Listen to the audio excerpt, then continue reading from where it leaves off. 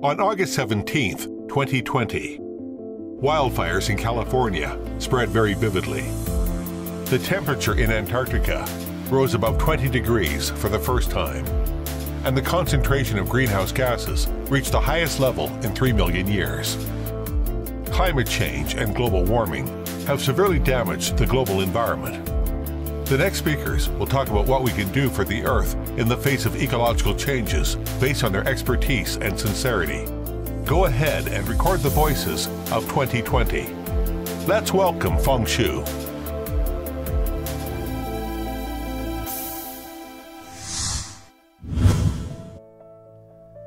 Hello everyone, I'm冯殊, a weather presenter.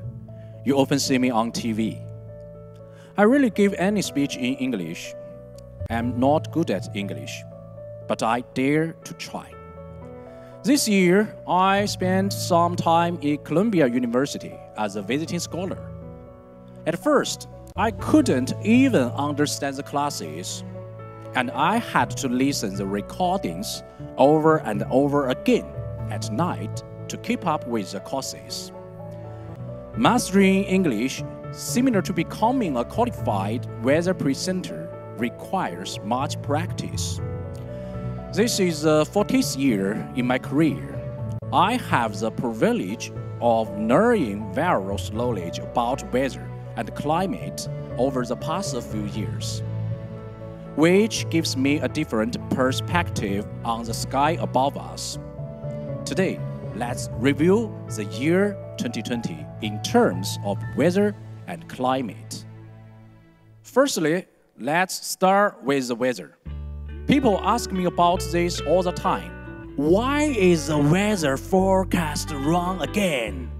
Actually, the accuracy of weather forecast is a typical example of butterfly effect. Even the slightest difference in the early stage data can lead to completely different results. And the Earth is a dynamic space surrounded by the atmosphere. So, it is almost impossible to achieve 100% accuracy. Even so, in the past decades, scientists still kept improving the methodology for weather forecast. Currently, the comprehensive accuracy have exceeded 85%. In China, the prediction error of typhoon paths within 24 hours can be narrowed down to about 70 kilometers.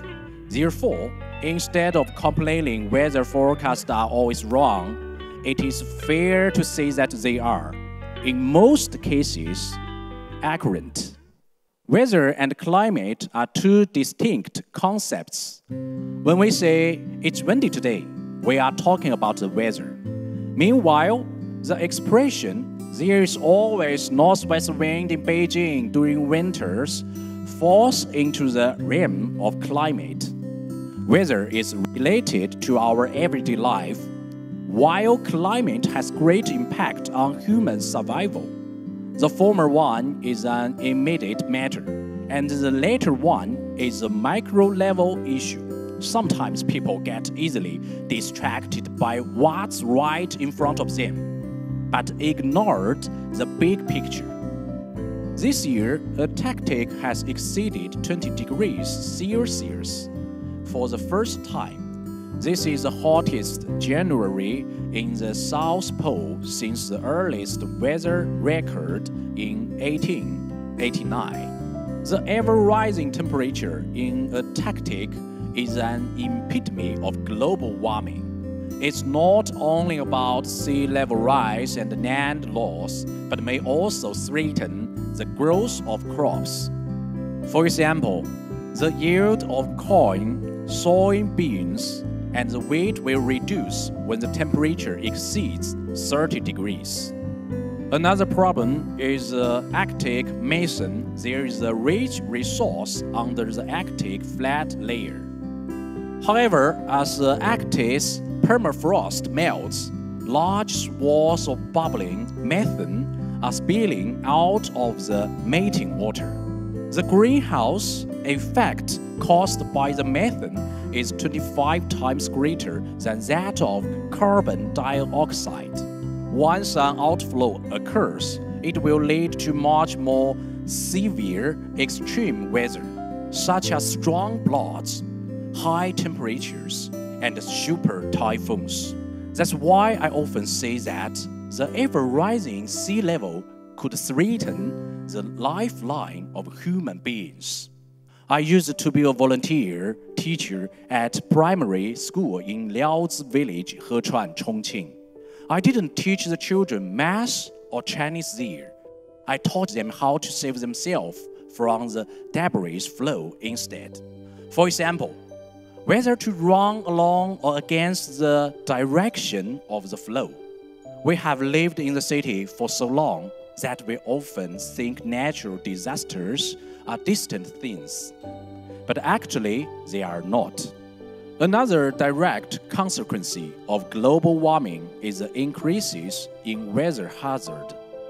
The wildfire in Australia and the United States earlier this year are examples of the natural disasters caused by global warming and dry air. The higher the global temperature is, the more frequently wildfires will occur. One day in summer, northern India was struck by lightning. On June 25, the official death toll reached 107. And then, in July, floods came. Floods are not exclusive to southern China, Japan, and Korea, which share the same weather system with parts of China, have also suffered from typhoons and floods this year. In October, the Danish Meteorological Institute announced that the month would see a record low with the coverage of Arctic sea ice.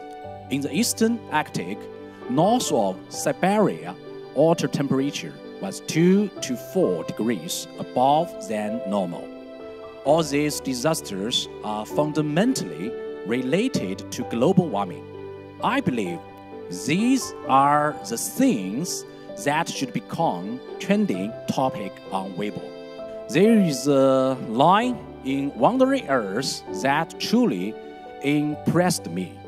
At first, no one cared about the disaster. It developed from a wildfire, a drought, an extinction of species, the disappearance of city, to something no one could be spared. Let's talk about the trend of climate change. Since the 1980s, every decade becomes warmer than the last one. Greenhouse gas is one of the immediate causes of global warming. A report published on September 9, 2020 by the UN and the World Meteorological Organization showed that the first half of 2020 witnessed the highest record of greenhouse gas concentration over the past 3 million years, and human production activity is the primary cause.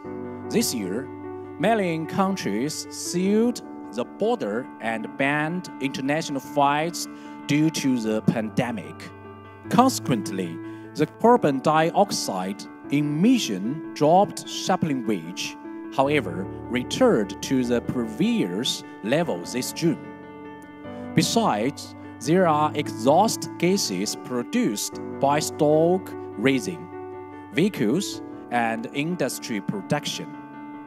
Even daily trivialities like the disposable dishware in every takeout we order would have a direct or indirect influence on the atmosphere that we rely on. Everyone is a key to coping with climate change.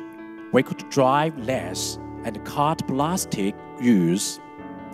But the fundamental solution is to resist our desire and pay more attention to humility, to what are really necessary.